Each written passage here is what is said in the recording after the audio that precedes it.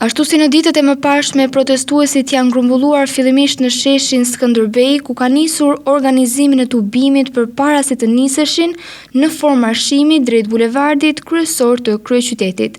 Pasi kanë mbërritur përpara kryeministrisë, qytetarët janë dalur për disa minuta në një protestë paqësore, duke përsëritur thirrjet e tyre kundër projektit në zonën e Zvërnecit dhe duke kërkuar largimin e kreut të qeverisë.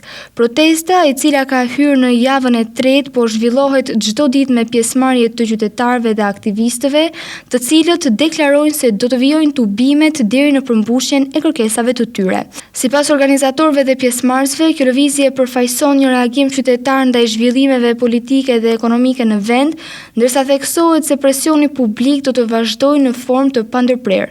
Pas qëndrimit përpara kryeministrisë, protestuesit kanë vijuar marshimin në disa prej rrugëve kryesore të Tiranës, duke krijuar prezencë të shtuar në qendër të kryeqytetit, ndërsa tubimi është shpërndarë në mënyrë paqësore në orët e mbrëmjes.